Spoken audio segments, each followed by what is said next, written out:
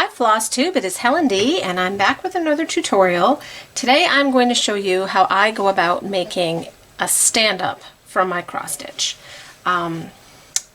This particular piece is from the book Prairie Schooler's Kris Kringle. These are meant to be stitched much smaller, but I knew that when I was working on it I wanted to finish it as a stand-up, so I stitched mine on 25 count.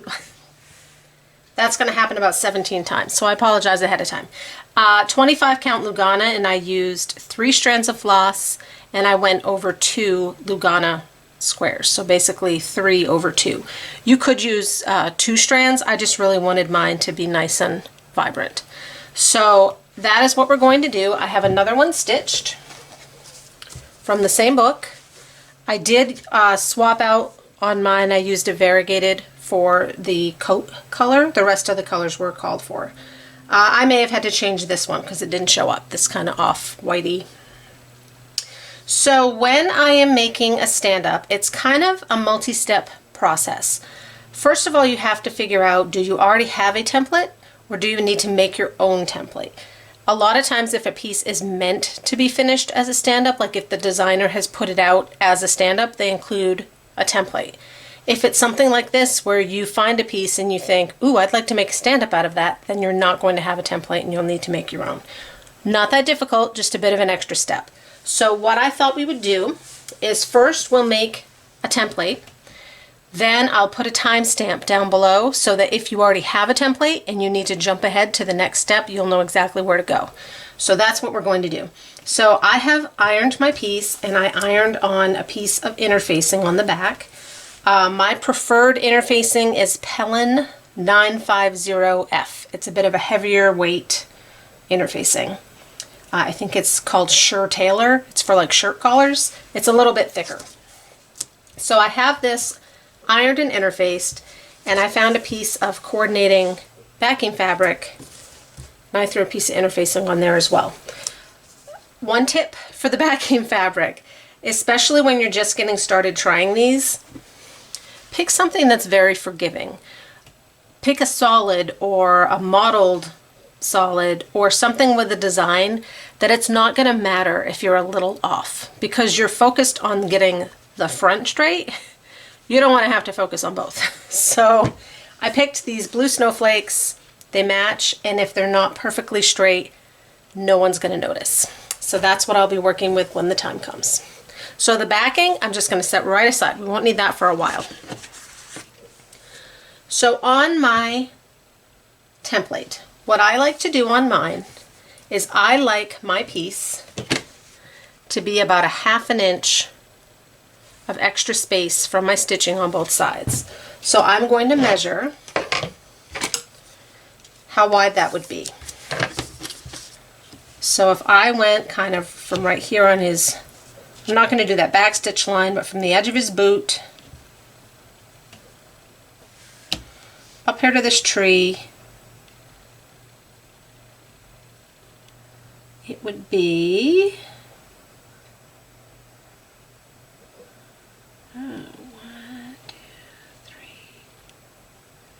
3 3/4 would give me a ½ inch on both sides. So 3 3/4.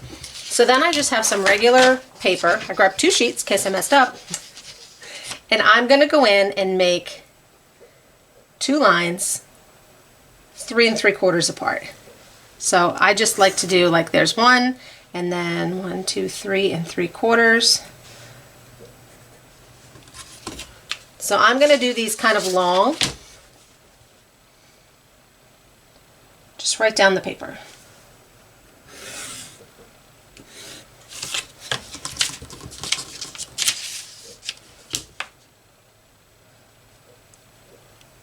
That one looks crooked. Let me try again.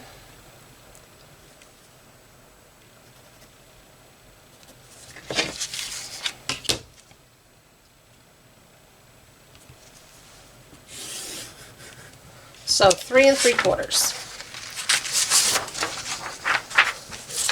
So what I have here that I keep hitting the light on, this is a light box or a tracing box. This one that I have is very inexpensive. I know my husband got it for me for Christmas a couple years ago on Amazon.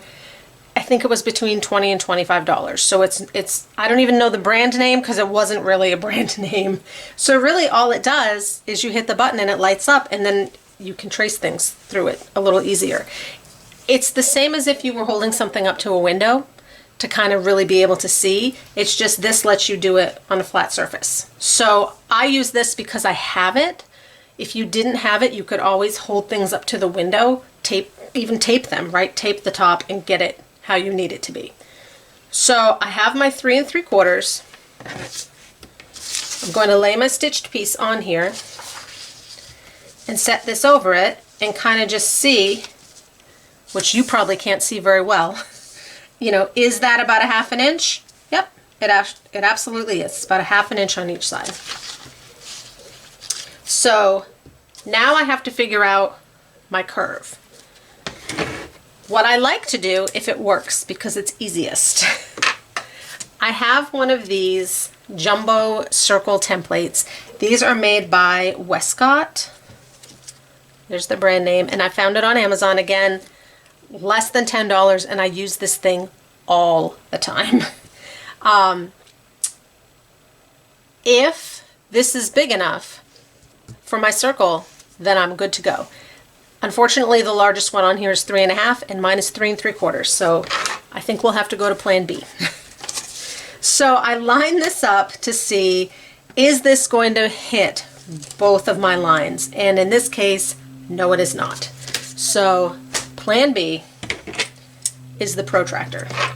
I only have one pencil up here because it keeps getting stolen, so I have to put mine back together.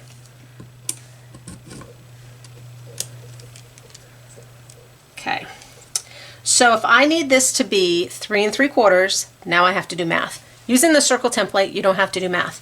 So I need to put my protractor at half of what that would be. So it would be 1 1/2 to get 3 inches, and then 3/4 would be another 1/4 and an 1/8. So let's see if that's about right. So what I'm going to do is come in here and mark my halfway point.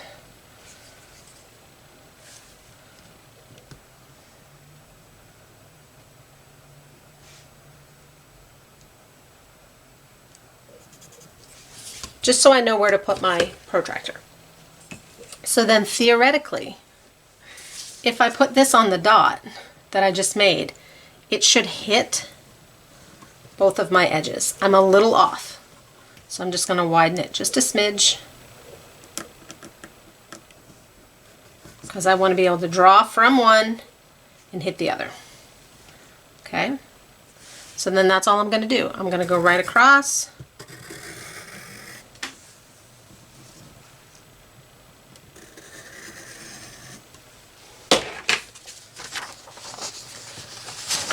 And I made my arch so that it hits both of my lines. Now I'm going to go through and darken that so maybe you can actually see it.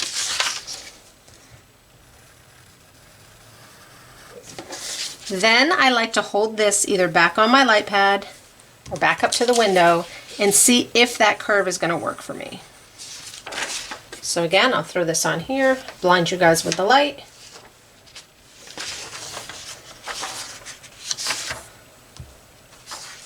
And I'm holding that on there to say, is that angle going to work for me? And it is. That's going to work just fine. And that's the same thing I did with this one. This one I think did fit because it's a little, oh yeah, easy. That one might even fit in this. This one was a little narrower. So this one will just be a little wider because he has the skates and the tree, whereas that guy only had the birds. So this is the general outline that we want. Now I'm ready to kind of do the final tracing on my piece. I'm going to cut this out.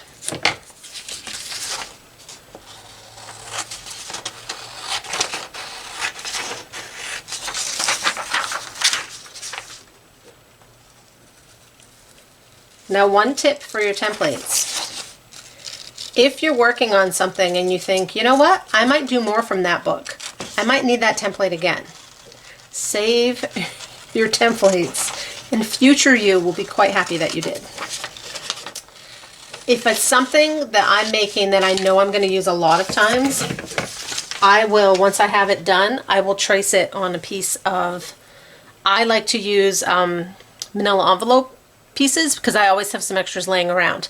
You could use a cereal box or any kind of sturdier cardstock, you know, anything that would make it so that it's not going to just be some flimsy piece of paper that gets lost. So this now will fit right over. We've made our template. We still need to worry about the bottom. So what we do for that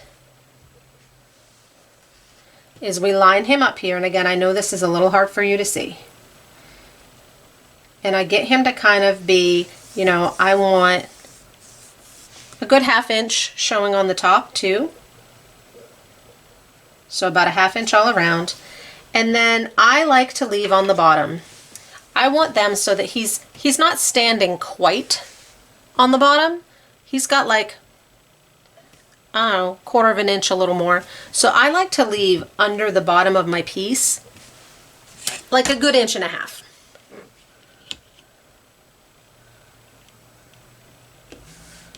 Which in this case is going to be right about there. Because that all that extra stuff at the end, we will end up folding up in. So I'm just going to cut this off. And now we have our template. So I'm putting that timestamp down below. If you're just joining us, hey, we have a template. Now we're ready to take our template, either the one that we created on our own or the one that came with your chart, and actually put it onto your piece. So for this, iron your piece, make sure you have interfacing on the back, because what you do is you actually trace it right onto the interfacing. Because this template that we just made, this is what we sew. It's kind of like a strawberry where you trace it out and then you sew right on that line that you've traced. It's the same thing. We're going to trace this on there, and then that line that we make is where we will sew. So I'm going to put this turned on again. Again, you could hold it up to a window, right? You could tape your stitched piece right to the window to kind of really hold it still and hold this on there. And I'm looking through. Another tip before we do that, sometimes it's helpful to go in. We know we measured a 1/2 inch. If you can find the edge of your piece, you could kind of give yourself some guidelines of where a 1/2 inch is. And this might not be exact because it's hard to see on the back side. Just some guidelines of, yep, that's about where a 1/2 inch is. So now when you line this up, it's not even close. So obviously don't go by that. If it worked, you could kind of line that up by your 1/2 inch and know that that's where you want it. I'm going to line it up so it's about even from those. And I knew that mine went all the way down to the end.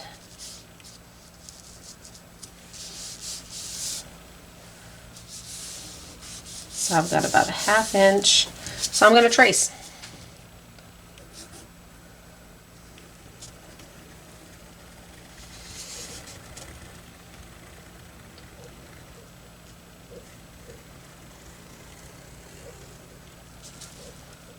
I would trace the bottom, but in my case it went right to the edge of the fabric, so there's nothing for me to trace.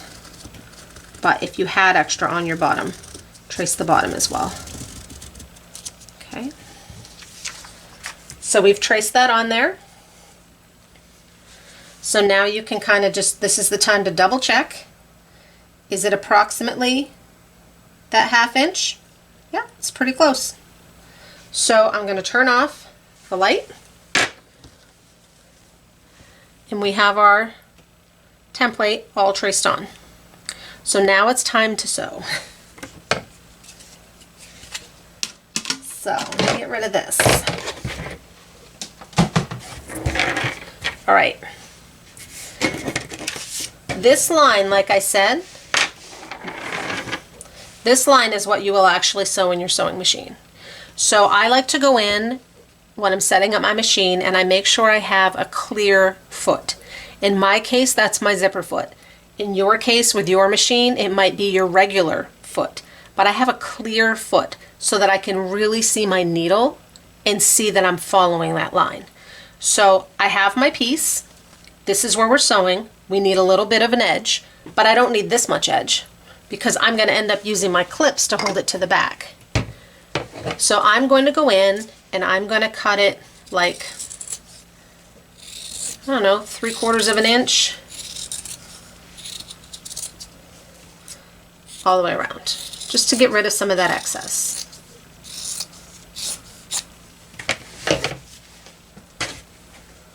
Then I take my backing fabric, and this is where it comes in handy that you didn't mess around with a pattern or anything that had to be specific. So I want my right sides together. This one you can tell I didn't put interfacing on the whole thing because I didn't have a piece big enough. So what I'm going to do actually is cut this just so I know that I have interfacing on the part I need it. But you could just use a little bit bigger piece of interfacing and then you wouldn't have this problem. I was using up a scrap. So I put my right sides together. There's my backing.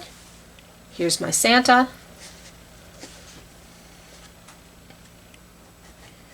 And I'm going to just line these up and use some clips and clip them together.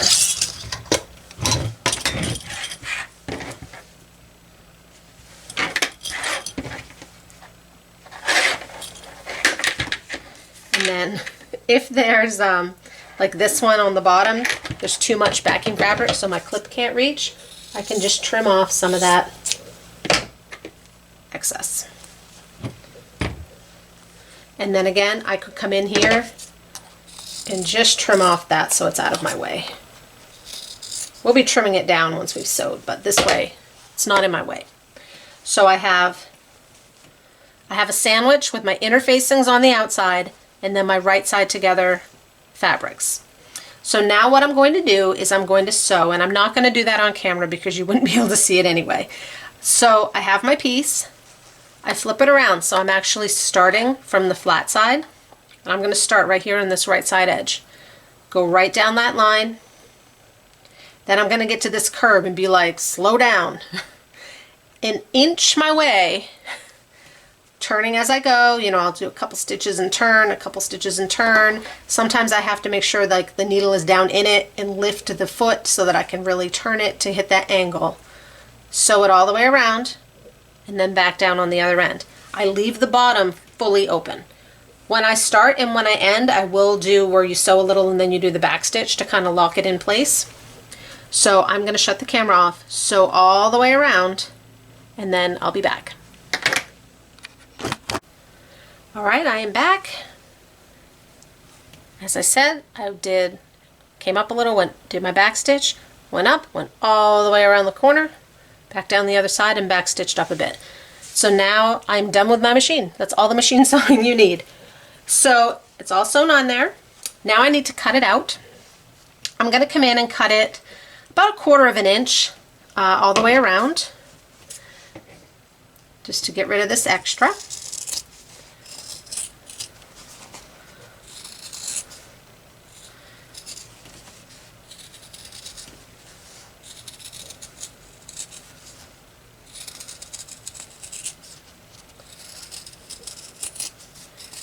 Okay.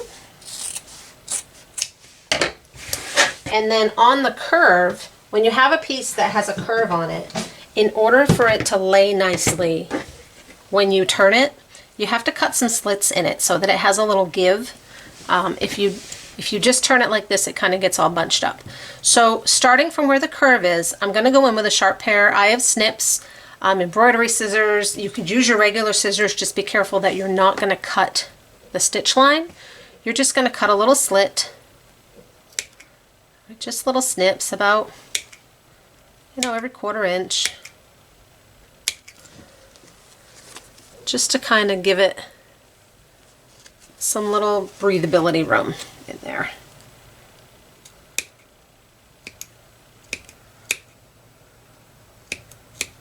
Helps if they're sharp. Mine are a little dull in the end here. I'm going to switch and use these. Because we need to go all the way around. Oh, these are 1,000 times better.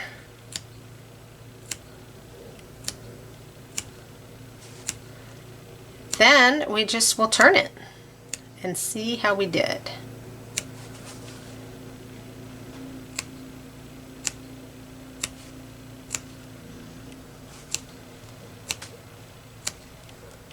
All right, so kind of right to where it straightens out again. Now we're going to turn it. So we just go right from the bottom, cross your fingers. And the reason that we kind of go do our backstitch line on the edges is now that we're turning it, we don't want those stitches to pull out. So just kind of turn it around.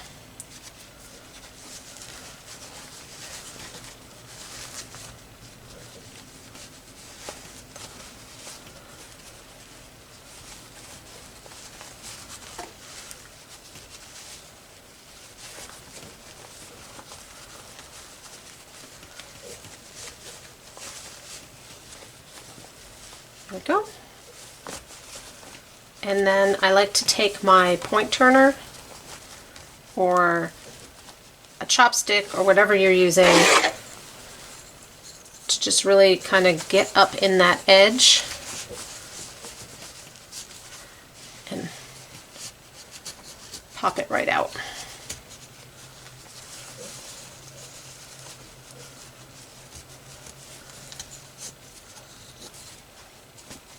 Just going to pop it all out all the way down. All right, we did pretty good. So here he is. He's pretty even. That's a win when they come out even. The first one I did was a leprechaun, and he's listing. He's had a little too much ale. So now I will go in. I'm going to shut the camera off, and I'm going to press this on both sides to get it nice and flat. And then on the bottom, while I'm at my iron, I'm just going to fold this in and figure out where I want my edge to be, where I want my bottom to be. Like I said, I want it kind of a little bit, a 1/4 inch below his feet, because we're also going to add cording, which is going to fill up a little of that space. So I'm going to iron him down and then push this in and iron that flat as well, so that I have where my bottom is going to be. And I'll be right back. I'm back from the ironing board, pressed this seam nice and flat, pressed the bottom, kind of went by the line of my fabric to get that as close as I could. So now I'm ready to stuff. So I don't worry about making my base until I'm at that point, right? I get it all kind of stuffed up, because then it kind of really holds this base nice and open for you, and we can get our measurements. So I have a giant wad of fiberfill. I like the Mountain Mist, and I'm just going to start kind of fluffing and stuffing. I don't put any yarn in this one like I do some of my others, because I don't feel it needs it. You shove so much of the fiberfill in there, and there's no corners like there are on pillows, so you don't have to worry so much about it coming out. So I'm not going to make you watch me stuff this entire thing, because it is going to take a bit, but I just fluff some up, push it in, and then I like to use, what I found works really well for me is one of those floss winder sticks. It's got 2 points. It really is good at jamming stuffing down in there. But use whatever you have and whatever you're used to. So like I said, I'm going to turn this off, stuff, stuff, stuff. What I'm trying to do as I go is really push it in there. Like you guys saw how much I put in there. I'm only this much full. And I'm watching my edges to try and get like all these lumpy bumps. I want to try and really get those filled as tight as possible to get it nice and smooth.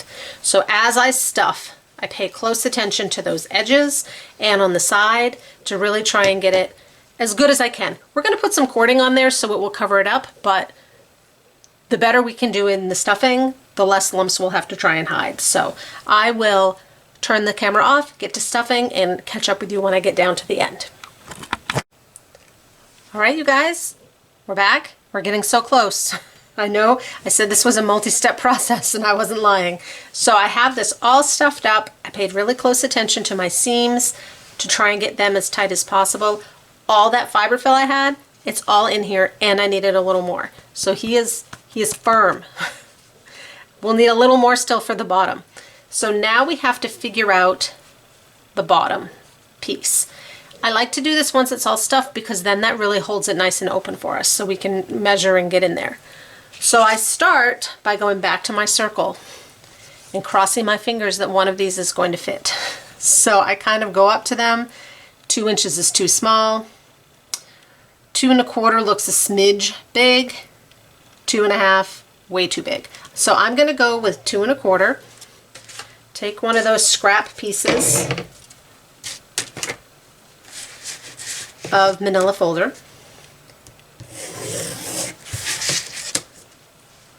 Go around 2 1/4 and cut this out.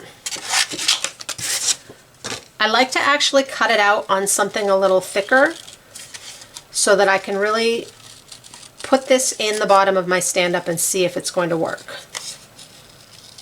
If I did it just on a piece of paper, it's too flimsy, and that's not going to work very well. All right, so 2 1/4.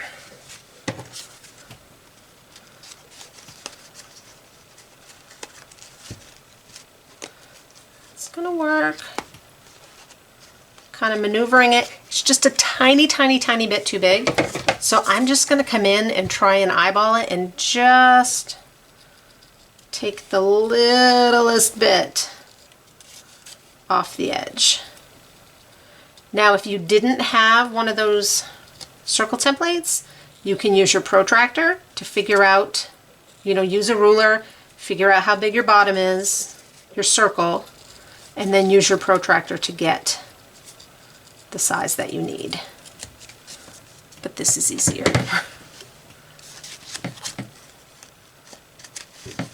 Yeah, that will do it.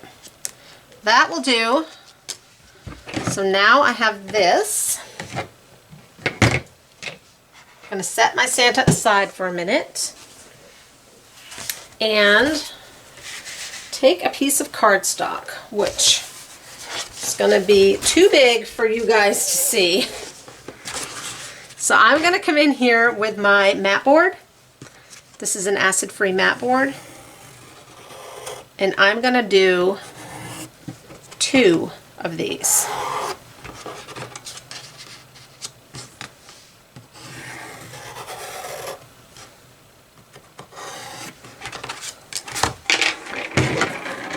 I'll talk you through that a bit while I'm cutting. Hold on.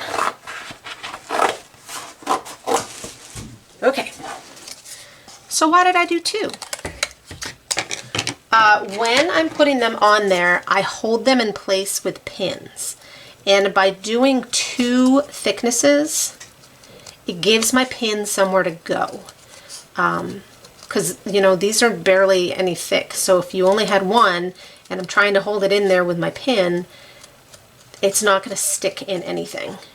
So by doing 2, I kind of have that gap in between them so that my pin has somewhere to go. I don't even know where my pins are, so we'll have to find those. This desk that I'm working on needs a thorough cleaning. Okay. I'm just cutting around these as best I can. I know some people do not like cutting circles.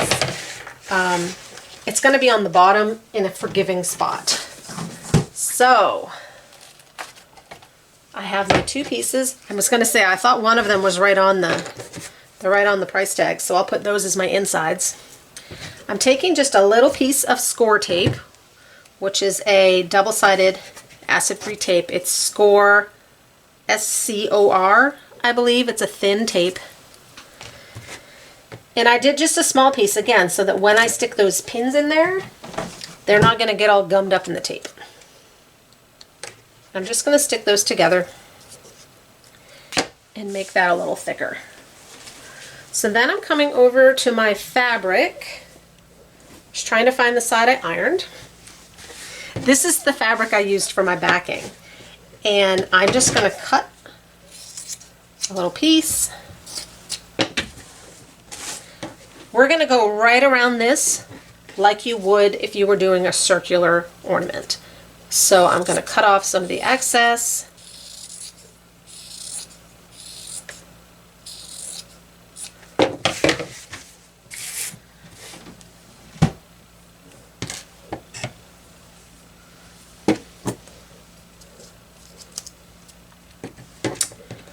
And we're going to zip this up the same way that you would a circular ornament. I'm not using any batting. I'm not using any anything. It's just my mat board and my fabric. So I set my mat board aside for a second. I come in from the underneath so that there's the good side of my fabric. I'm coming in so that my thread is ending on the good side. And I'm just going to zip right around here and make a running stitch. And then cinch it closed around that doubled up mat board. So like I said, this is the same way I do a circle ornament, and I find circle ornaments the easiest to do. They're very forgiving. It's easy to line something up. If you messed it up the first time, right, you're just stitching, you can pull it out. I didn't even bother to use my giant doll needle for this one because it was so small. Now, this piece that we did, I would save that and put it right with my template. Like I said, if you think that you're going to use this chart again for more stand-ups, save those pieces. Save yourself the hassle. I would tuck them right in with my chart, especially if your chart's in a bag. They're not going anywhere. Tuck them in there. All right. So I want to end this so that I'm coming out on my good side so that both ends of my thread are on the patterned side, not the inside. Lay that down. I'm trying to put my roundest on the bottom so it will be the flattest, and just cinch this right up, right around it. So then these things, I'm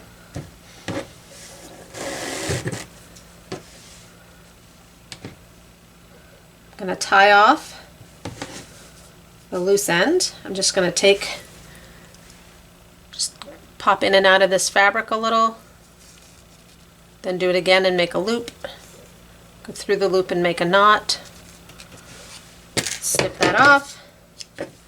Then I'm going to unwind a little bit. I probably have 3 feet, maybe,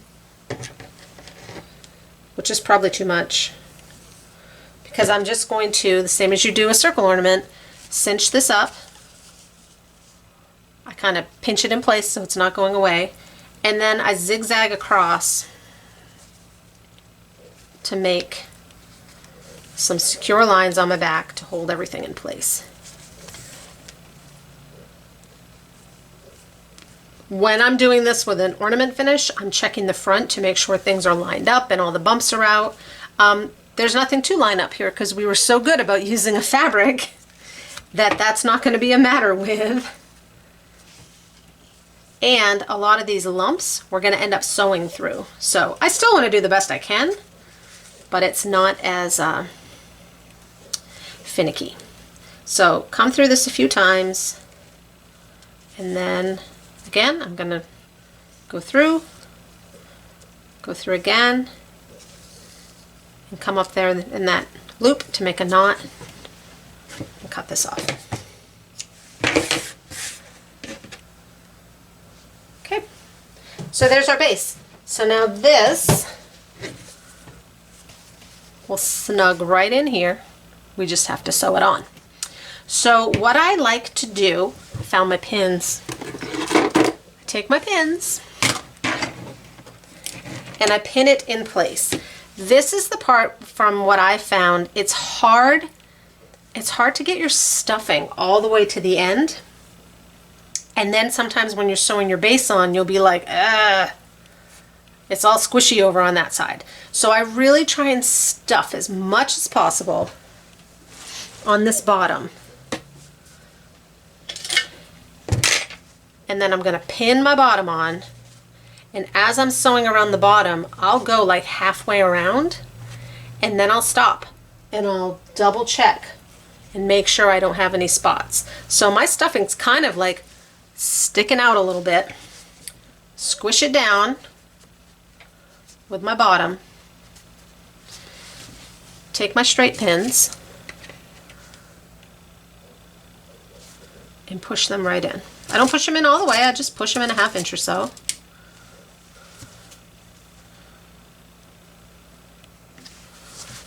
And that holds it on there nice and flat so that when I'm whip stitching this on, it stays put.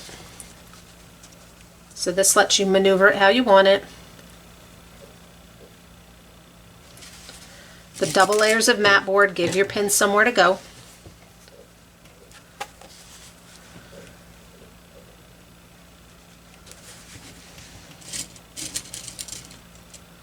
Now I will warn you, these pins are going to get in your way when you're sewing. It's annoying.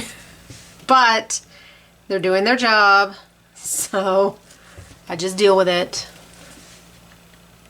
Okay. So that is all on there. It is flush with the bottom, right? I pulled the edge of my stitched piece right to the edge. So it's nice and flush. So now I will take some floss and I try and get something that matches. This is more whites and I have an off-white. My white thread is really thick. I'll use it anyway. I'm going to take a piece. I'm only using one strand, especially because this is a bit of a thicker floss. Tying a knot in the end, a couple knots. And I'm going to do a little whip stitch all the way around to tie that bottom in. Now, we will be adding cording, so if your whip stitch isn't perfect, you are going to cover it up. Again, try and do the best you can, but don't lose sleep over your whip stitch. So pick a spot, any spot. It doesn't really matter where you start. Like I said, the pins will be in your way anyway. I'm going to come up through just so that my knot is kind of, make sure I'm good. It's actually on the inside. I can tuck it right down in. This right here that I'm using, this is actually a bodkin, B-O-D-K-I-N. This is meant for pulling elastic through things. It's really handy for finishing because it slides right in. It's nice and flat. So I went through and I'm just going to take little stitches where I get a piece of the fabric on both sides. Try and keep my yarn, thread, whatever, from getting stuck on those pins. And stitch this around. So a piece from the bottom and a piece from the side. Pull it through. Stuck on a pin. Once you can take a few of the pins out, it helps. So like I said, I do this about halfway around. And then I stop and I check my stuffing. So that's what I'm going to do. I'm going to turn the camera off. Sew in corset pins. Then meet you back here and we'll check our stuffing. So I'll be right back. Alright, I am back. I actually went about 3/4 of the way around. Just did my little whip stitch, pulling out the pins as I went.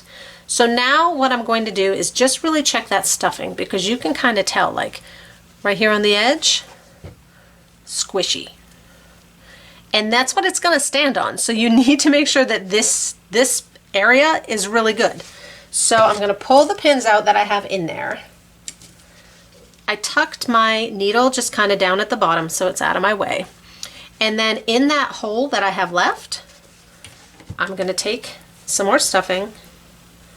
And in my case, I'm using this bodkin, but again, use what you have.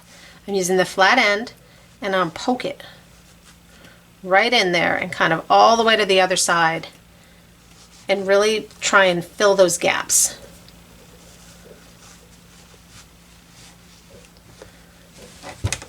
Now while I'm doing this, some people I know like to do, I'm going to take that out because I'm going to end up poking it in there and losing it. Some people like to put a weight in their stand-up to help it, like an upholstery weight. I've done them before with like a stack of washers, like you know how we use magnets and washers. I'll take a stack of the washers and kind of poke them in there. I don't think I need them. There's so much stuffing in here. This thing is so solid, it's not going anywhere. So I just eliminate that step. And then it also lets me do this because there's nothing in my way that I'm poking around. So you can tell how much extra I've kind of poked in there. You know, there was room for some final filling. So now that I have that kind of in there as best I can, filled those spots that were kind of saggy, I will finish going around and stitching the bottom on. I'll put the 2 pins back in, or maybe just one at this point. And then right before I'm done, I'll check and see if there's a spot right here that I was just messing around with that needs another poke of stuffing. So I'm just going to shove this back down in.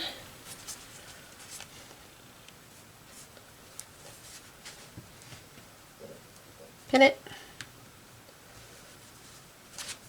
Find my needle and keep going. I like to use a really thin needle. It's a thin sewing needle. I find that for me, that just works better. Honestly, the one that I have, we all have our favorite needles, right? Mine is bent. It's an old needle and it's bent, but it's curved at just the right angle that I like it. When I'm doing this on camera, I have to do it over here because normally I hold it a lot closer to my face and you wouldn't be able to see what I was doing. But that bent, thin needle just lets me zip right around. It's curved how I want it. And finish this up.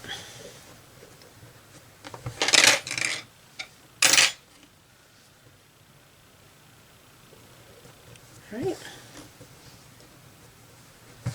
There's one more flat spot right here. I can feel it. So get a couple more in and then take that pin out. Let's see what we can poke in there. I'm out. It's been getting darker and darker as I filmed this with you guys today. So poke a little extra right in there.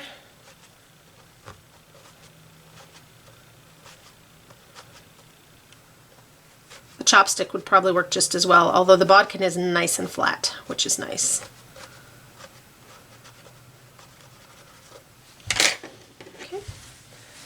Finish up. I know this is a bit of a multi-step process and it's not for everyone. So thank you if you've stuck around this long.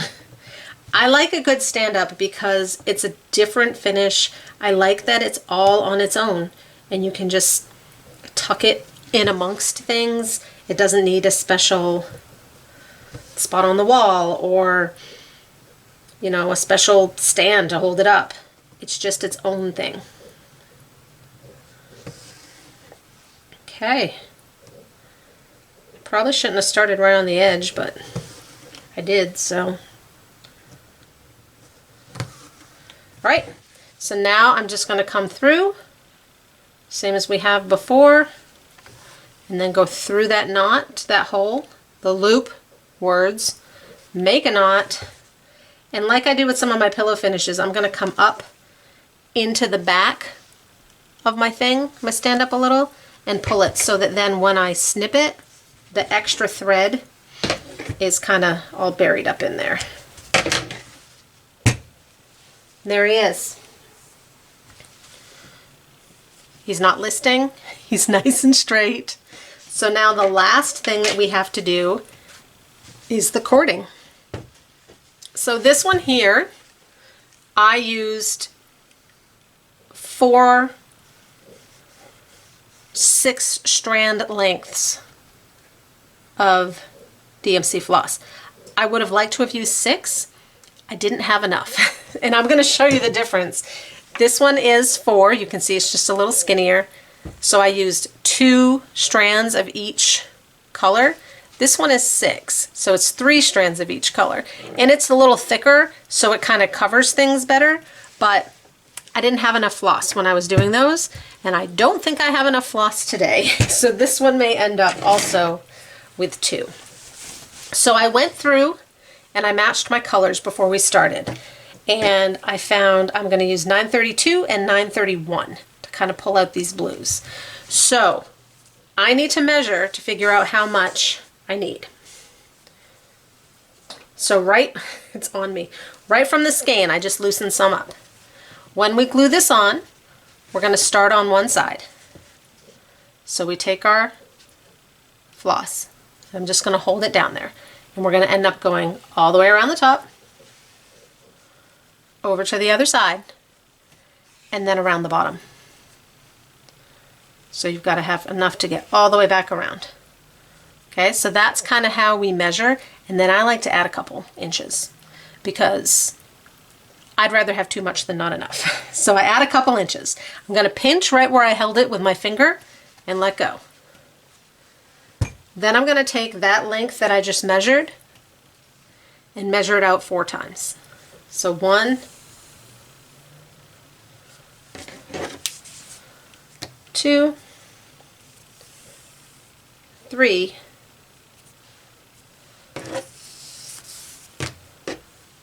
'Get rid of the knot in my thread, 4. And then I'm going to cut it.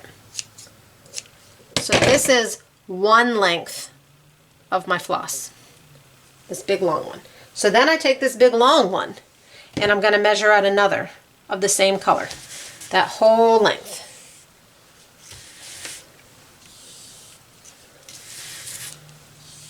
All the way down. That's 2.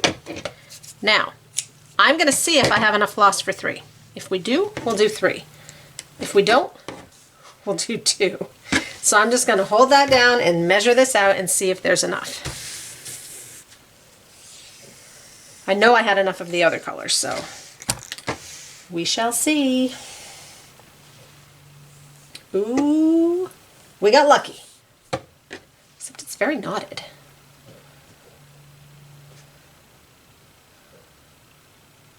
That's a real knot.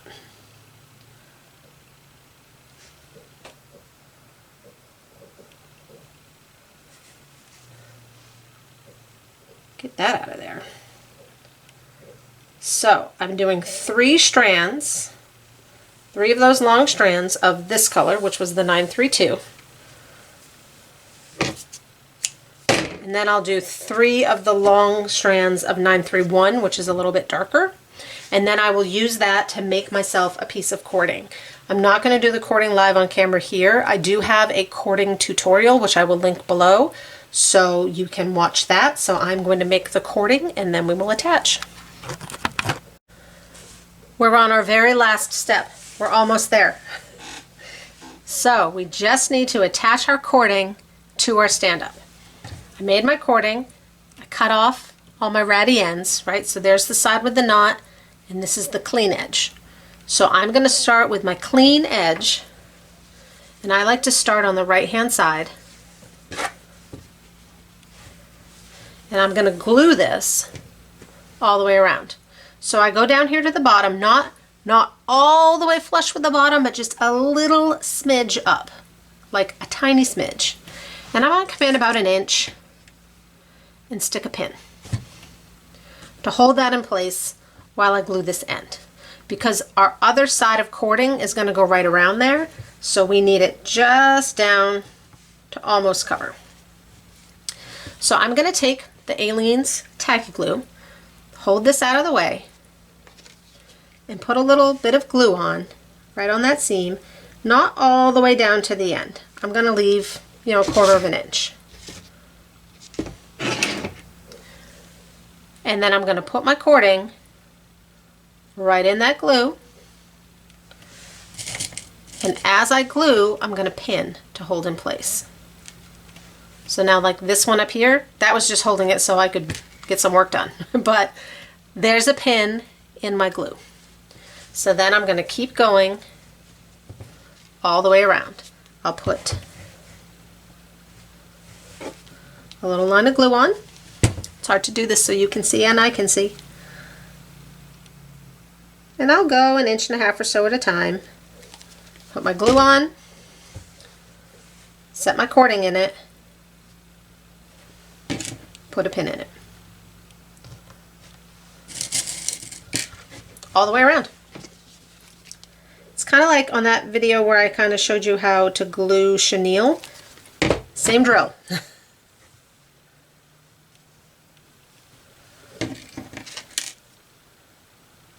The pins hold it in place while it dries. You can't have too many, so you know, if you're like, oh, I think it needs more pins, put more pins in it. You're just going to pull them out at the end. So we go around the edge.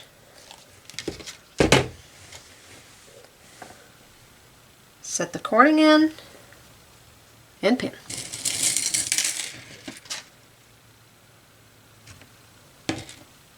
I'm kind of holding it in place with my left hand here until I get the pin in so I know where like the edge of the glue is. So now right around the top.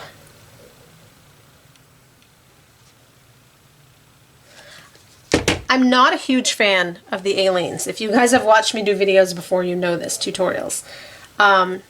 But in cases like this, it is definitely more forgiving than hot glue, and it gives you a chance to get things where you want them and position things. To me, it's just more finicky to use. It's messier.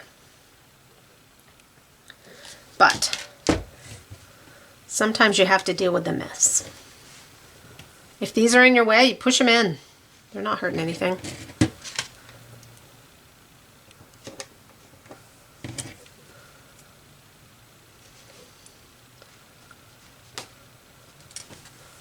Right, and down the other side.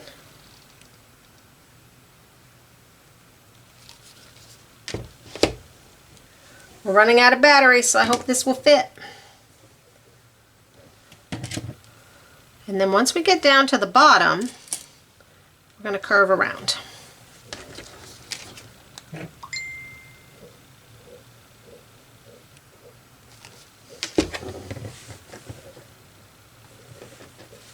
So, I'm going to go all the way down here.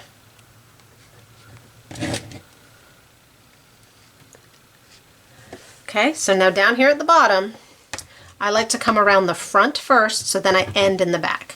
So we're right down here to the edge. I'll just put a pin again to hold it in place. And then I'm going to put a little glue right on this front edge. It's kind of right along that front edge.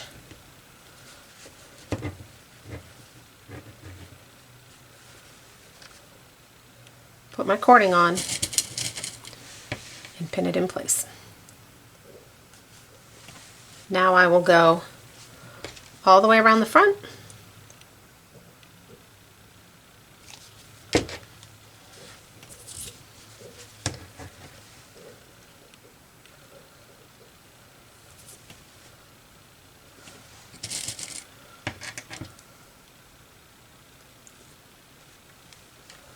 And then you can see when we get to this side, it's going to cut right under where that piece was.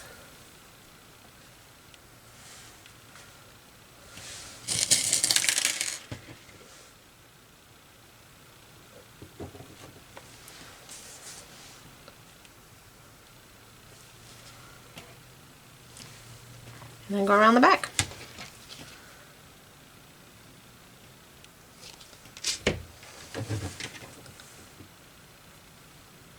Getting a little sloppy with my glue because I'm trying to hurry for you. But take your time. There's no rush unless you have a battery running out. So right around to the other edge.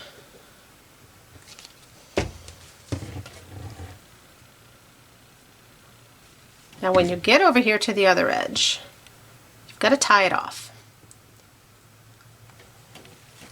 So we have this extra piece. I'm going to take a piece of the same color, one of the same two colors of DMC that we made the cording with, just one strand. And I'm just going to tie a knot to tie this off. So I'm putting it around it. And it's kind of hard with the pins in there. I want the knot to be right here at the edge. Right here where it's going to fit. So I may have to do that where I can see it and then bring it in to show you. So hold on.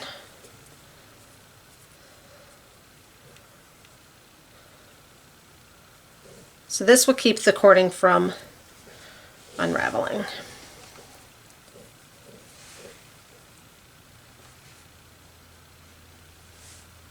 Somehow I managed to come off. So hold on.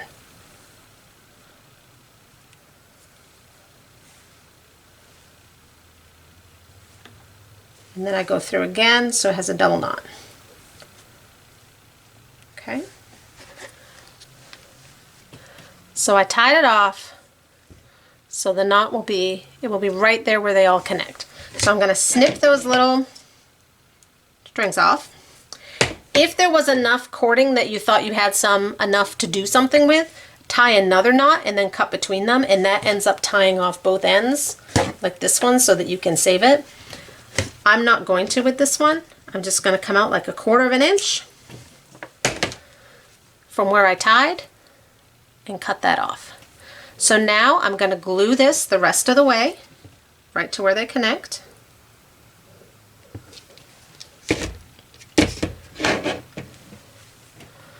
Glue that right in. Put a pin there. And then for the knot, what you do for these stringy bits, and this is going to feel weird to do, take your glue,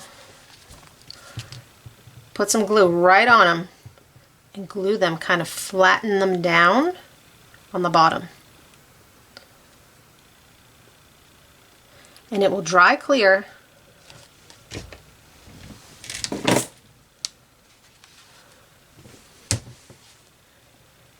And it tucks it right down on the bottom, nice and flat and dried in there. So that's what we do. And then the last thing I do is I go back to where we started and I pull that pin out and I make sure that I got glue all the way to the end, because remember, we didn't put the glue all the way to the end there. So if there's a spot in there that needs just a touch more glue, I dab it in there.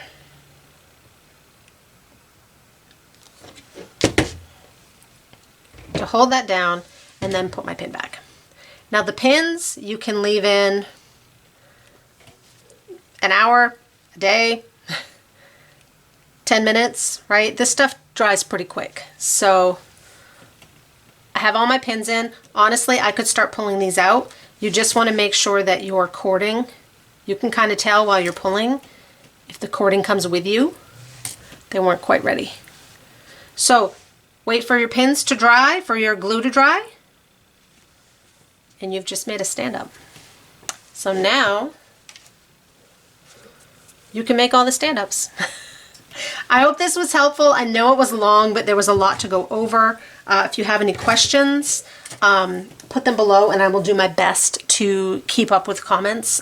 Sometimes it's hard on a tutorial because people comment, you know, after it's been out for a long time and you don't necessarily see it. So you can always also reach out to me on Instagram. I am eastcoast.crafter on Instagram. That's all. So I hope this was helpful and you guys are now ready to make all the stand-ups.